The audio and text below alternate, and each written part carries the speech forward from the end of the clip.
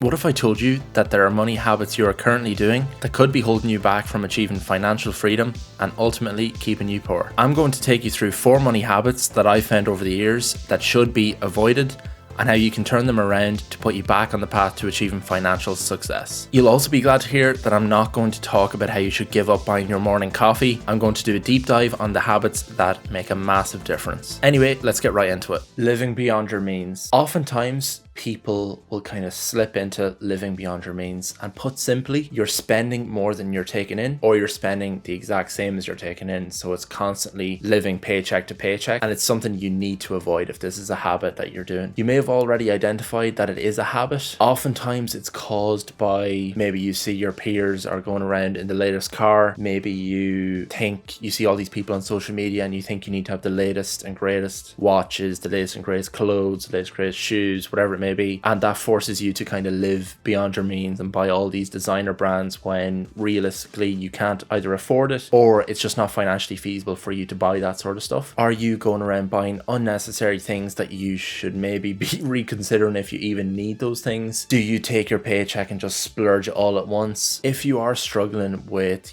constantly living beyond your means, Alex Hormozy has a great quote about when we die, no one will remember us. I'll put it up on screen here. Lifestyle creep. Lifestyle creep is a very dangerous one because it's in the name, it creeps up on you. So if you get a new job or a promotion or whatever it may be, lifestyle creep is when you now go out and buy the latest car, or you move to a nicer house, or you're upgrading your life in line with your wages going up. So in reality, your promotion isn't a promotion. You're literally just sustaining yourself. Whereas what you should be doing is you get a base income, let's pretend it's 30k or whatever it is, and you get a promotion to 40k. You should still live at what way you were living when you were earning 30k and not add on, oh, I'm going to go out every night now this week. It'll just make your promotion null and void, and you won't be able to kind of advance on where you are now. Another good example of lifestyle creep is if you were going out once or twice a week for food, you get a promotion and now you have the extra funds there to go out every day in the week, and then you go out every day in the week. You're now putting that strain on yourself, and while it may not seem like much at the start because you can't afford it technically, that does add up and it really will make a big impact to you. This leads nicely into the next one, which is money routine. What do you do when you get paid? Do you have a system in place where your money automatically gets put somewhere, you save some, whatever it may be? Robert Kiyosaki talks about paying yourself first, which means the minute you get your money in, it goes straight to savings.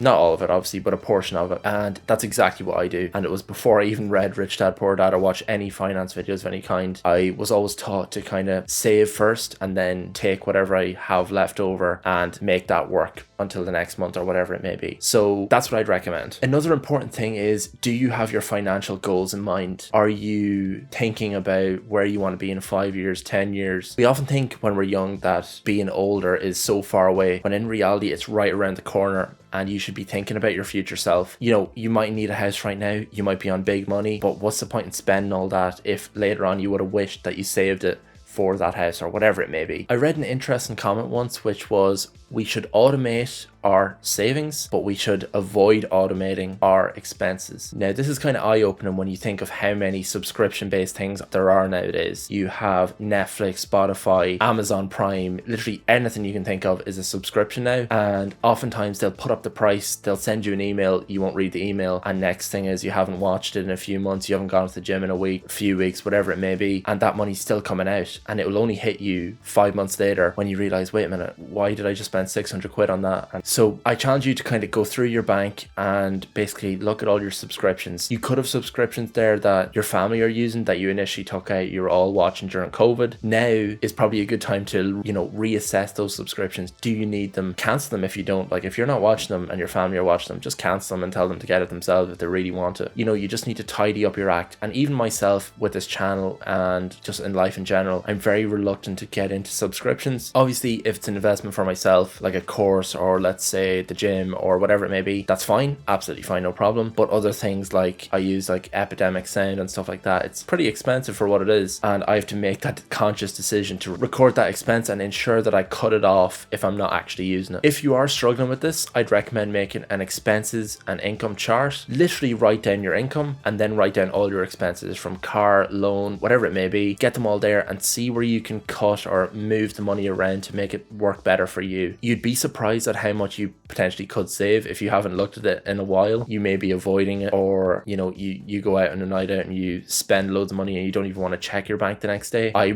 really want you to check it and kind of go through that and find out those places where you're overspending. If you are struggling still, sign up to my newsletter and I'll work one out and send it out to you guys straight away. I did mention that I wouldn't talk about, you know, coffee spend and all this sort of stuff, because I do definitely believe that when you get a promotion or when you get a raise, you should treat yourself to something memorable. For me, it's watches, which happens to be super expensive. But anyway, if you enjoy having a morning coffee or a weekly coffee or whatever it is, keep that. Like for €4, €5, whatever, what is going to be the massive impact of that, you know, per day, per week, whatever it may be? If it gives you that little bit of joy, it gives you that kick to kind of get work done, I would recommend you do it. There are people like Graham Stephan who say you should make your coffee at home, it's 20 cents. First of all, that's not the same, and second of all, if it does get you into that right mindset, it's 100% worth the investment. It's just like a gym, it's just like anything else. Now, that said, if you're having 3 oat chai lattes a day that are like £8 a day, cut that out immediately. First of all, you shouldn't even be drinking oat milk in my opinion. Anyway, I'm going to stop this rant here before we get too off topic and you just get annoyed. Over reliance on credit and or finance. So I see this all the time with people my age and older. They're often, and it kind of links back to living beyond your means, but you see someone your age, you see them driving around in a flash car or a new reg plate car, a 24 plate, whatever it may be, and you think, wow, wish I could have that. How did they do that? You figure out, well, you probably won't figure out, but you think, oh, they're so wealthy, whatever it is. Usually it's out in finance and they're scraping together to pay for that every month. So you don't want that to be you, right? And linking back to Alex Hormozy's quote about when we die, no one cares what you do and no one's really paying attention. And it goes for this YouTube channel. No one cares that I've started a YouTube channel, and it took me years when I was younger to get over that. But anyway, I digress. The rule I use is if you can't buy it twice, you shouldn't be buying it at all, especially not with finance. I also incorporate the fact that you should not be financing any of your tech or your cars. And what I mean by that is, do you really need the latest iPhone? Like, this is a year old, by the way, and I had iPhone 11 before this, so I waited a significant year where I could see a significant bang for my buck. But do you really need that piece of tech if you have to finance it? I personally don't think so. Nico Leonard as well with watches, he talks about the fact that you should just buy it outright. Now, of course, that might be more beneficial for him. Potentially not though, because financing makes a lot of money for businesses that do it in interest. But you need to feel that pain. You need to feel like, wow, I worked really hard for that, and then boom, it's pulled, you know? Whereas if you have something on the drip and you're financing it, you never own it. Well, until you pay off the finance, obviously. But you don't get that satisfaction of owning something. Plus, it'll make you be more critical. If you want the latest iPhone and it's 1,500 quid or 2 grand or whatever it is, you are definitely going to be working hard in your head if you need that, if you're paying it in cash rather than taking out finance, which might be 60 quid a month. It's less psychologically, but you pay out more and you're trapped in that deal. Now, I'm all for finance if you're trying to build up a credit score and proof that you can hold yourself accountable and pay your bills. All for that. But please challenge yourself. Do you need this? Are you overstepping a line here? All this sort of stuff, because it's not worth the hassle it will cause further down the line. If you are interested in organizing your life as well as your finances, I'd recommend checking the last video on how to organize your life. If you're interested in my everyday carry or some desk setup upgrades that I've done to my desk that you probably could too, check out these other videos here. That said, I'll see you in the next one. Bye bye.